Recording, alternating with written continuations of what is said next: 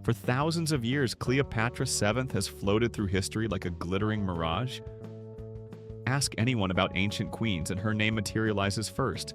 The seductive ruler of Egypt, the woman who toppled Roman politicians with a smile, the tragic beauty whose life ended in myth. But behind the sparkling legends is someone far stranger, far sharper, and far more unsettling than many realize. Was Cleopatra a dazzling genius? Absolutely. Was Cleopatra a political mastermind? Without question. But was Cleopatra also capable of the kind of manipulation that makes even modern power players sweat? Meet the real Cleopatra, not Hollywood's beauty, but the cunning queen who turned intelligence, image, and intimidation into unmatched power. Step into her world, the queen who became a living goddess. Cleopatra's fame today owes far more to movies and paintings than to what she actually looked like. Elizabeth Taylor's portrayal shaped the planet's imagination, but ancient writers who actually saw Cleopatra tell a slightly different story. Plutarch, writing about Antony in 75 AD, famously noted that Cleopatra wasn't breathtaking in a freeze-the-room way. Her charm wasn't about symmetrical features. It came from something more dangerous: presence. Her voice, her wit, her timing, and her intelligence created an aura people found impossible to resist. You didn't walk away thinking she was pretty. You walked away thinking she had bewitched you. And Cleopatra needed that power. She understood image the way modern celebrities understand branding. Kings and generals were putty in her hands, not because she fluttered her eyelashes, but because she made every conversation feel like a performance designed just for you. This wasn't accidental.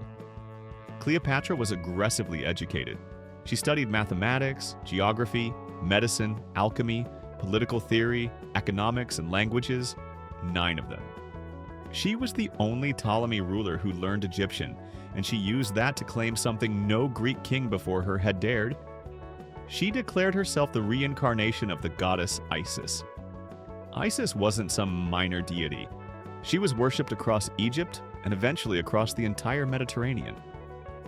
When Cleopatra said she was Isis, she didn't just ask her people for loyalty. She demanded devotion. She wanted Egyptians kissing the ground she walked on, and many actually did. And here's the dramatic twist. Cleopatra wasn't Egyptian.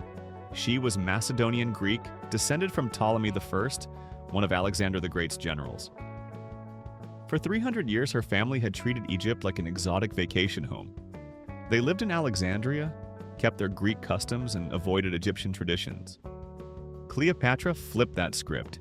She immersed herself in local religion, embraced their gods, and sold herself as a walking miracle. It was propaganda at a divine level. And like any influencer with a carefully curated image, she had an almost supernatural obsession with maintaining her appearance. The beauty rituals that would bankrupt a modern billionaire. In an age without dermatologists, Cleopatra turned to the tools she had: alchemy, oils, perfumes, and donkeys. Lots of donkeys. One ancient account claims Cleopatra bathed in the milk of 700 lactating donkeys every single morning. Whether that number is slightly exaggerated or merely insane, donkey milk was considered a powerful anti-aging treatment across the ancient world. Cleopatra wanted to embody the immortal radiance of Isis, so no luxury was too much. She also had her own perfume laboratory near Ein Gedi by the Dead Sea. Cleopatra believed fragrances could influence emotions and decisions. In other words, she used scent as a psychological weapon long before Chanel No. 5 ever existed. Charm wasn't just a part of her political strategy, it was her political strategy. But Cleopatra ruled in a world where power didn't come only from charisma. Much darker traditions shaped her path, including the one that forced her into a marriage that modern audiences find deeply disturbing. Married to her brothers in the name of power. Incestuous royal marriages were common in ancient Egyptian dynasties. The goal was simple: keep the bloodline tightly controlled. The Ptolemies, although originally Greek, adopted that tradition. Cleopatra's mother died when Cleopatra was 14, and her father soon after. His will forced the teenage Cleopatra to marry her 10-year-old brother Ptolemy XIII and share the throne with him. Naturally, she refused to share anything. She erased her young husband's name from documents, minted coins with only her face, and made it clear that she alone was ruler. A child king and his jealous advisors didn't appreciate that. Cleopatra was pushed out of power, forced to flee with her sister Arsinoe IV, and began a long, brutal struggle for survival. Ironically, Cleopatra and Arsinoe despised each other more than they feared their enemies.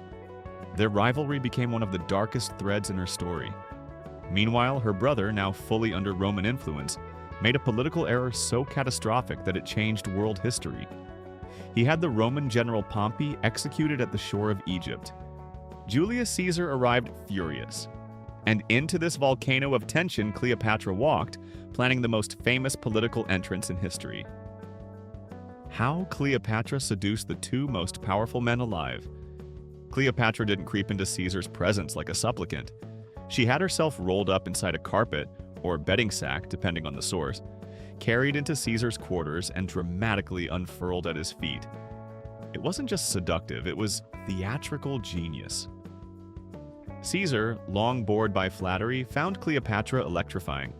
She was bold, witty, and absolutely certain she belonged beside him. He became so obsessed that he placed a statue of her inside the Temple of Venus in Rome. That was basically sacrilege, but Caesar didn't care. Later, she repeated the magic with Mark Antony. Their first meeting was staged like an episode of mythological cosplay. Cleopatra sailed to him dressed as Aphrodite, the goddess of love, on a golden barge filled with perfumes and musicians. Antony, stunned, forgot his military plans and joined her in Alexandria for months of celebration. Together, they created a drinking club infamous even by Roman standards. While Rome descended into chaos, the pair drank wine, hunted, gambled, and performed extravagant stunts. In one legend, Cleopatra dissolved a priceless pearl, worth millions today, in vinegar, then drank it just to win a bet against Antony. That was the scale of her extravagance, confidence, and occasionally unhinged creativity. But beneath the feasting and seduction was something colder. Cleopatra eliminated every sibling she believed threatened her rule, including the sister who fled with her. She executed her younger brother Ptolemy XIV to ensure her own son, Caesarion, could rule beside her. Her ambition was limitless, and her family paid the price. The master manipulator or misunderstood monarch? Plutarch hinted many times that Cleopatra's charm was almost supernatural. But there was no witchcraft. Cleopatra simply understood humans at an unnerving level. She could read insecurity, desire, fear, ego, and politics the way a modern strategist reads spreadsheets. Powerful men fell under her influence not because she bewitched them, but because she reflected back the version of themselves they wanted to believe in. To Caesar, she was a brilliant political partner. To Antony, she was the living spirit of pleasure and victory. But history is cruel to women who wield power boldly. Cleopatra became a villain in Roman propaganda, the Eastern temptress who dragged good Roman men into ruin. Rome feared her intelligence as much as they admired it. And when Octavian, the future Augustus, came for her and Antony, Cleopatra's world collapsed. The final war between Octavian and the lovers ended in tragedy, and Cleopatra chose to die on her own terms, still wrapped in the myth she built. So who was Cleopatra really? A beauty? A queen? A scholar? A murderer? A mastermind? A performer? She was all of them. Cleopatra was one of the most remarkable leaders of the ancient world, forging her own image in an era when women weren't allowed to lead armies or shape empires. She turned intelligence into allure, politics into theater, and personal branding into a royal weapon long before the term existed. But she also walked through life with a darker edge, destroying rivals, bending powerful men to her will, and clinging fiercely to a throne built on chaos and blood. Perhaps that's why she still fascinates us. Her story isn't simply glamorous, it's dangerous, complicated, and uncomfortable, and unforgettable. If you enjoyed exploring the darker, fascinating side of history, make sure to hit like, tap subscribe, and ring the bell so you never miss another deep dive. And tell me in the comments, which historical figure should we uncover next?